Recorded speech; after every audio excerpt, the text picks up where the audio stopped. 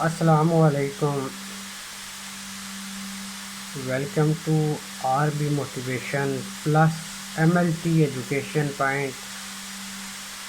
आज एक और वीडियो लेके मैं आपकी खिदमत में हाज़िर हूँ।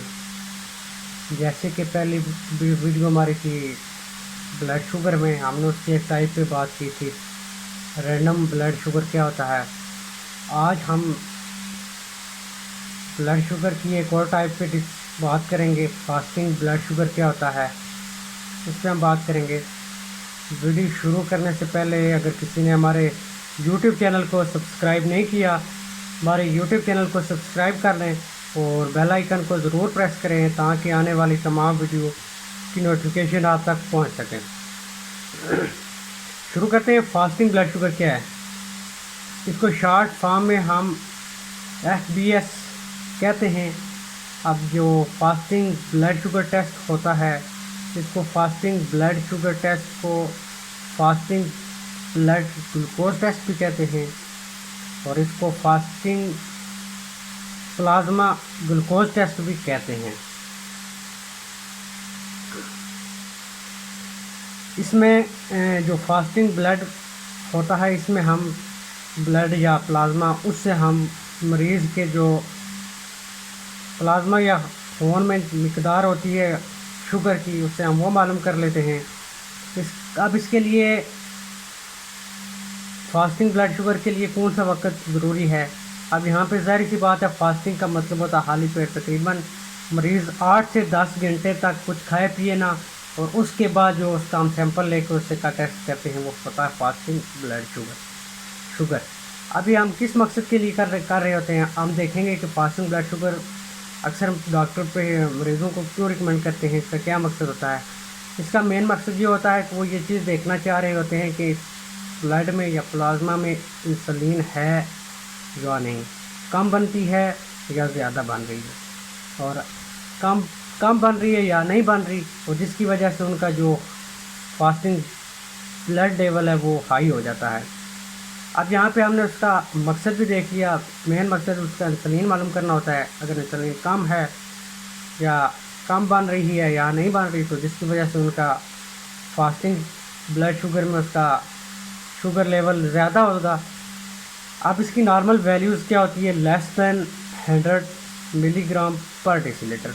मतलब फास्टिंग ब्लड शुगर में जो उसकी नॉर्मल वैल्यूज़ लैब के अंदर जो टेस्ट किया जाता है, उसकी जो हमारी नॉर्मल वैल्यू होती है वो 100 मिलीग्राम पर डेसीलीटर होती है। अब टेस्ट करने के लिए हमें सैंपल की ज़रूरत पड़ेगी। हम सैंपल किस तरह उसका पेशेंट का हासिल करेंगे, कौन सी ट्यूब में होगा और कितना सीसी सैंपल चाहिए। फास्टिंग ब्लड शुगर के लिए हमें ज़ाहिर सी बात है 8 से 10 घंटे का वक्फा चाहिए। मतलब 8 से 10 घंटे के दरमियान पेशेंट ने कुछ खाया पिया ना हो, मतलब वो खाली पेट हो, और उसका सैंपल लिया जाए। 3 सीसी ब्लड लिया जाता है। वो हम रेड टॉप में भी ले सकते हैं, जेल टॉप में भी ले सकते हैं, ग्रीन में भी ले सकते हैं और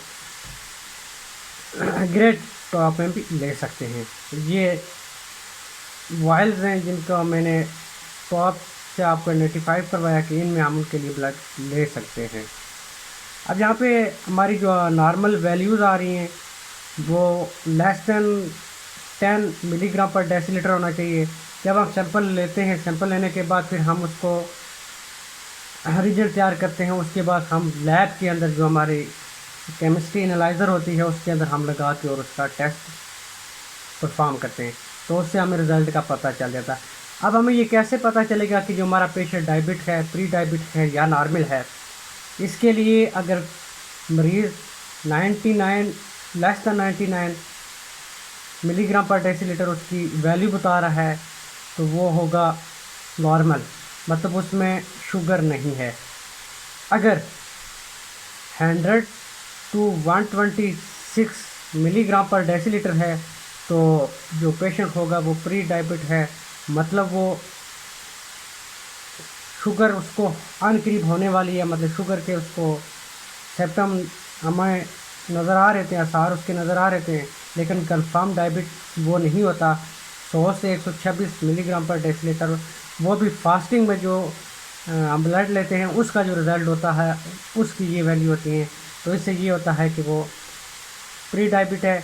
अगर मोर देन 126 मिलीग्राम पर डेसीलीटर से इसका रिज़ल्ट आ रहा हो, लैब के अंदर हम टेस्ट करते हैं और उसकी वैल्यू मोर देन 126 से मिलीग्राम पर डेसीलीटर से आ रही है, तो वो कंफर्म डायबिट होता है, वो शुगर का मरीज़ होता है। तो ये हम जो टेस्ट करते हैं ये हम लैब के अंदर करते हैं। फास्टिंग के लिए जो हम सैंपल ले रहे होते हैं वो सुबह के टाइम या फिर 8 से 10 घंटे के वक्फे में उसका हम सैंपल लेते हैं।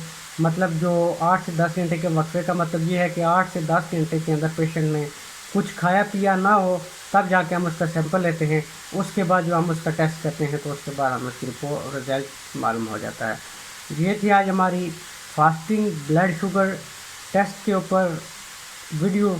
इंशाल्लाह इसकी प्रैक्टिकल करके आपके सामने बताएंगे। लैब के अंदर हम फास्टिंग ब्लड शुगर कैसे करते हैं, पेशेंट का हम जो ब्लड लेते हैं वो कैसे लेते हैं, किस वायल में लेते हैं और उसके करने का